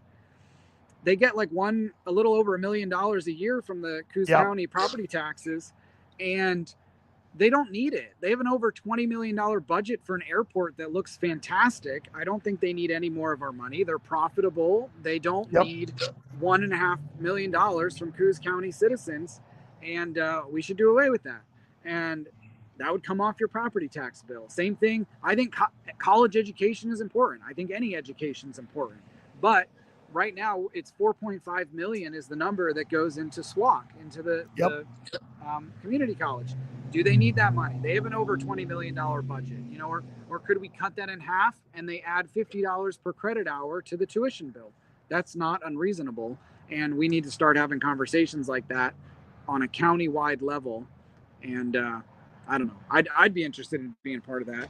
But the urban renewal thing, I think it should go, but you're talking pennies. I'm talking pennies compared to the districts you're just mentioning. The library district, it's amazing how much money the library sucks up. And if we weren't giving so much to the library, we'd give to the jail. And they kick people out of an empty conference room when you're trying to fucking use it. Yeah. I'm up there. It's empty. There's not even any lights on. There's no one in there. And I got kicked out because it's only for meetings. I'm having a meeting. Wow. Do I have to come in with my property tax bill stapled to my chest for them to let me in the conference room? I mean, that's crazy. Anyways, I love libraries. You should have pulled your sock off, put your sock on your hand, and made a little puppet. And I'm having a meeting with Mr. Sock. She even saw you on the screen, and it was very weird, but whatever, And then you've got tampons in the boys' bathroom and gay books everywhere, and you want to buy your kid gay books, go for it. I have no problem with that. Don't buy someone else's kids gay books on my dime. Don't do it. Thank you. Do not put the tampons in the wrong bathroom. Thank you. That doesn't make any sense. I totally agree with you. Thanks for coming on, Chris. I appreciate the update, and I'll see you mañana. See you tomorrow, Rob. All right, you take care. All right, that was a great update from Chris. And the funny thing is that this is all happening not just in Coos County, all over the place. So you can watch what's happening here at Coos County. You can see us as an example, because I don't see too many counties who have activists as active as we are in Coos County. We are pretty active. We go to our public meetings, we speak out. We can get about 50 people, 50 other activists to attend these meetings, and we speak out. We're pretty verbal on issues. We don't have a problem speaking out. And so that's a good thing. Tomorrow, the Board of Commissioners meeting, please show up. I'll be there. And like I said, if they cut what they cut today with the jail, they cut it down to 48. As far as that's how many prisoners they can take in, because that's how many can fit in a pod, 48. And they cut, I don't know how many sheriff's deputies. It sounds like 5, 7. I don't know. I'll find out tomorrow. And and it would be very simple if the commissioners tomorrow tell North Bend to go screw itself. No, we don't want another $45 million in debt. And that's what the Urban Renewal Agency in North Bend wants to do. And by the way, there is no difference between an urban renewal agency and your city council. The only reason there's a difference is because legally they're two different entities. Your city council represent the constituents on the city council. I don't know who they represent on the urban renewal board. Supposedly, I guess as constituents, I guess, I don't know, but it seems like they represent special interest when they're on the urban renewal. And then when they break out to the commissioners meeting or the council meeting, that's when they say they're our representatives and that we are their constituents. But it doesn't seem to work that way because urban renewal is nothing but for special interests. So tomorrow might be one of the best meetings I've been to in a long time because the county hopefully will vote against North Bend and their urban renewal policy. That ought to be great. That ought to be beautiful. I can't wait to see that. And boy, John Sweet giving the bird to somebody. I love that. I love that. You know, I've got a nice little nickname in the county commission. Yeah, they've got a nice little nickname. It's Rob fucking Taylor, Rob effing Taylor. And I usually sign into the meetings Rob effing Taylor. And they got so mad at that I don't even sign in the meetings. If I want to talk, they just go, yeah, Rob, come on. It's better than you signing in because we don't want the profanity. But I didn't start the profanity. They're the ones who started calling me Rob effing Taylor. And the reason they call me that is because, well, I keep them accountable. Nobody wants to be accountable. Nobody wants to be accountable. Look at Hunter Biden. No, he doesn't want to be accountable. Not in the least bit. So that's where we are, folks. People like Hunter Biden, he gets away with murder. He gets away with child prostitution. He's banging little girls. And yet we're going to let the president pardon him. Yeah, it just doesn't seem fair, folks. It just doesn't seem fair that some people get to live in a world where they don't have to pay for all of their crimes, for all of their trespasses against the rest of us. No, they don't have to pay because there's a two-tier justice system. And believe me, we're not in the better tier of that system. We are in the lower tier. We are in the tier that actually keeps tier. Sad situation. Thank you, Chris, for coming on. I appreciate it. Thank all the rest of you for showing up for the Rob Taylor report. It was a good little report there. Kevin Starrett. That was great. And then having Chris Castleman come in and hit in that home run with talking about what happened at the commissioners meeting. Well, I'll be at the commissioners meeting tomorrow, but don't worry. I'll be talking about it on the rant. The Friday night rant. We're going to have a lot to rant about, it sounds like. So I hope you all join me, and I hope you all had a good time. And until then, you know what I always say? Carry on, Coos County. Carry on.